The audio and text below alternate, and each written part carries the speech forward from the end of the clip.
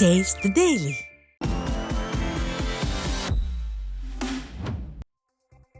சென்னை, மும்பை மற்றும் டெல்லி உள்ளிட்ட விமான நிலையங்களில் அடுத்த 24 மணி நேரத்திற்குள் வெடிகுண்டு தாக்குதல் நடத்தப்படும் என சென்னை இண்டிகோ ஏர்லைன்ஸ் அலுவலகத்திற்கு இமெயில் மூலம் மிரட்டல் வந்ததால் பெரும் பரபரப்பு ஏற்பட்டது.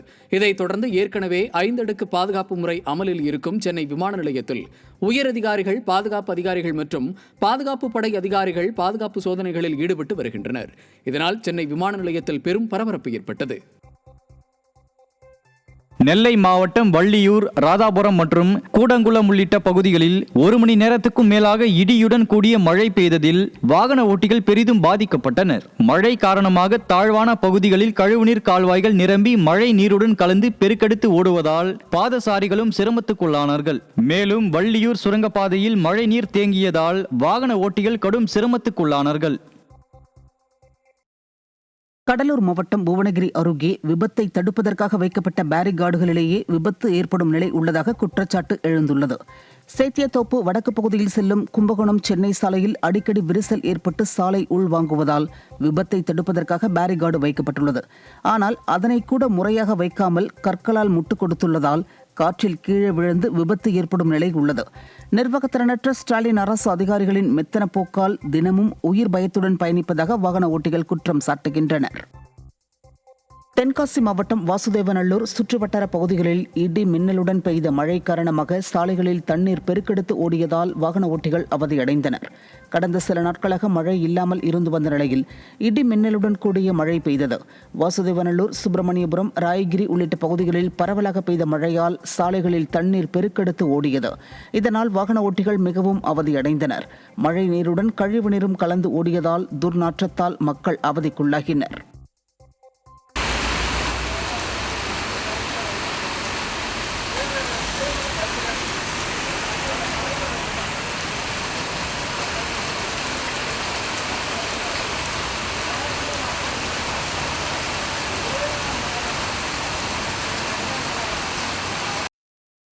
சென்னை உயர்நீதிமன்ற உத்தரவுப்படி தனிநபர் ஆக்கிரமிப்பை அகற்றி பாதை அமைத்து தரக்கோரி தருமபுரி மாவட்டம் அரூர் அருகே பொதுமக்கள் வீடுகளில் கருப்பு கொடி கட்டி காத்திருப்பு போராட்டத்தில் ஈடுபட்டனர்.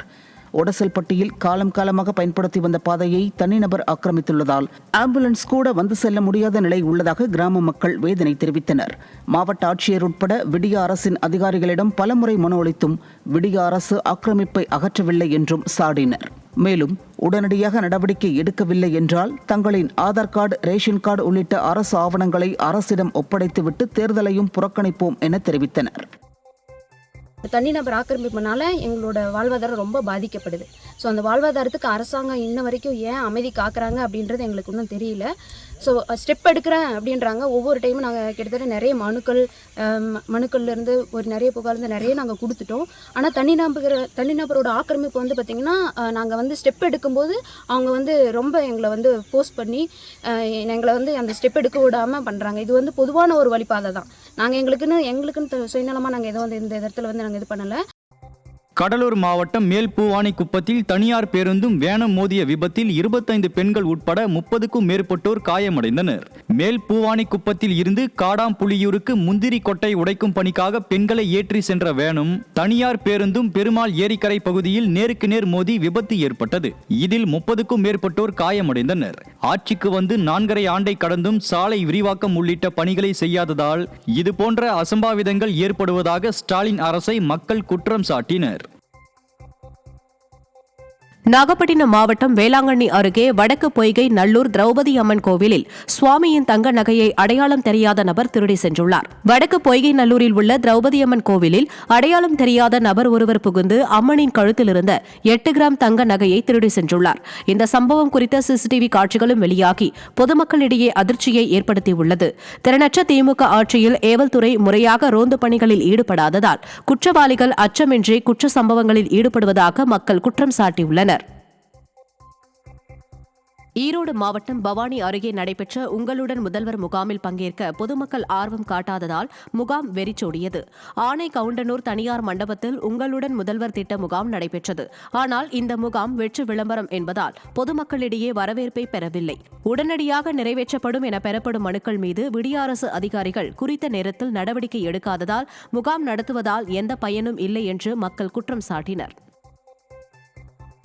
மதுரை ஆவினில் 4 கோடி ரூபாய் மதிப்பிலான வெண்ணெய் கெட்டுப்போனது குறித்து சிபிசிஐடி விசாரணை நடத்த தமிழ்நாடு பால் முகவர்கள் தொழிலாளர்கள் நலச்சங்கம் வலியுறுத்தியுள்ளது. இதுகுறித்த அறிக்கையில் தமிழ்நாடு அரசின் கூட்டுறவு பால் நிறுவனமான ஆவினில் கையிருப்பில் இருந்த 500 மெட்ரிக் டன் வெண்ணெயை 26 கோடிக்கு வெளிச்சந்தைக்கு விற்றுவிட்டு வடமாநிலத்தில் இருந்து மதுரை ஆவினுக்கு 4 கோடி ரூபாய்க்கு கொள்முதல் செய்த 81 டன் வெண்ணெய் கெட்டுப்போயிருப்பதாக குற்றம் சாட்டியுள்ளது. மேலும் கையிருப்பில் உள்ள வெண்ணெயை வெளிச்சந்தையில் விற்று ஆவின் அதிகாரிகள் கமிஷன் பார்ப்பதாகவும் 4 கோடி நிதி இழப்பு ஏற்படுத்திய அதிகாரிகள் மீது சிபிசிஐடி நடவடிக்கை எடுக்கவும் தமிழ்நாடு பால் முகவர்கள் தொழிலாளர்கள் நலச்சங்கம் வலியுறுத்தியுள்ளது. தூத்துக்குடி மாவட்டம் கோவில்பட்டியில் உள்ள ஸ்ரீ செண்பகவள்ளி அம்மன் கோவிலில் ஐப்பசி திருக்கல்யாண திருவிழாவை முன்னிட்டு தேரோட்டம் வெகு விமர்சையாக நடைபெற்றது. இதனையொட்டி காலையில் கோவில் நடை திறக்கப்பட்டு பல்வேறு சிறப்பு பூஜைகள் நடைபெற்ற பின்னர் அம்பாள் அன்ன வாகனத்தில் எழுந்தருளினார். இதில் அதிமுக முன்னாள் அமைச்சரும் கோவில்பட்டி எம்எல்ஏவுமான கடம்பூர் ராஜு உட்பட ஏராளமான பொதுமக்கள் கலந்து கொண்டு தேரை வடம் பிடித்து இழுத்தனர். 4 ரத வீதிகளில் அம்பாள் வலம் வந்து அருள்பாலித்தார்.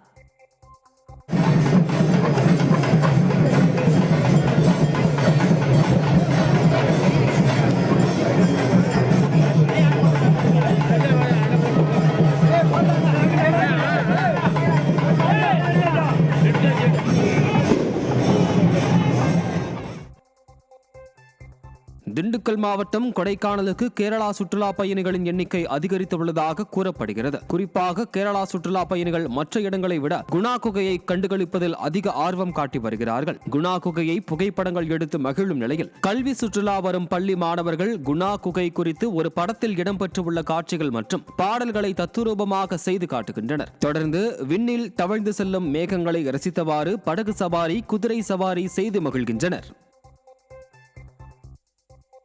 மதுரையில் அரசு ராஜாஜி மருத்துவமனைக்கு வந்த திமுக அமைச்சர்களுக்கு சிவப்பு கம்பள வரவேற்பை மிஞ்சும் வகையில் பினாயில் வரவேற்பு அளிக்கப்பட்டது. அமைச்சர்கள் மா சுப்பிரமணியன், மூர்த்தி, பிடிஆர் பழனிவேல் தியாகராஜன் உள்ளிட்டோர் அரசு மருத்துவமனைக்கு வந்தனர். இதற்காக காலை முதலே மருத்துவமனையை சுற்றி தூய்மை பணிகள் நடைபெற்ற நிலையில் தூய்மை பணியாளர்களுக்கு கையுறை, முகக்கவசம் வழங்காமல் அவசரமாக வேலை வாங்கியதும் நோயாளிகள் அமைச்சர்கள் முன்னாடி செல்ல தடை உள்ளிட்ட கடும் கட்டுப்பாடுகள் விதிக்கப்பட்டதாக குற்றச்சாட்டு எழுந்துள்ளது. இந்த நிலையில் ஊழியர்கள் 2 பேர் பினாயிலை தெளித்தபடி மருத்துவமனைக்கு வருகை தந்த விடியா திமுக அரசின் அமைச்சர்களுக்கு வரவேற்பு அளித்தனர்.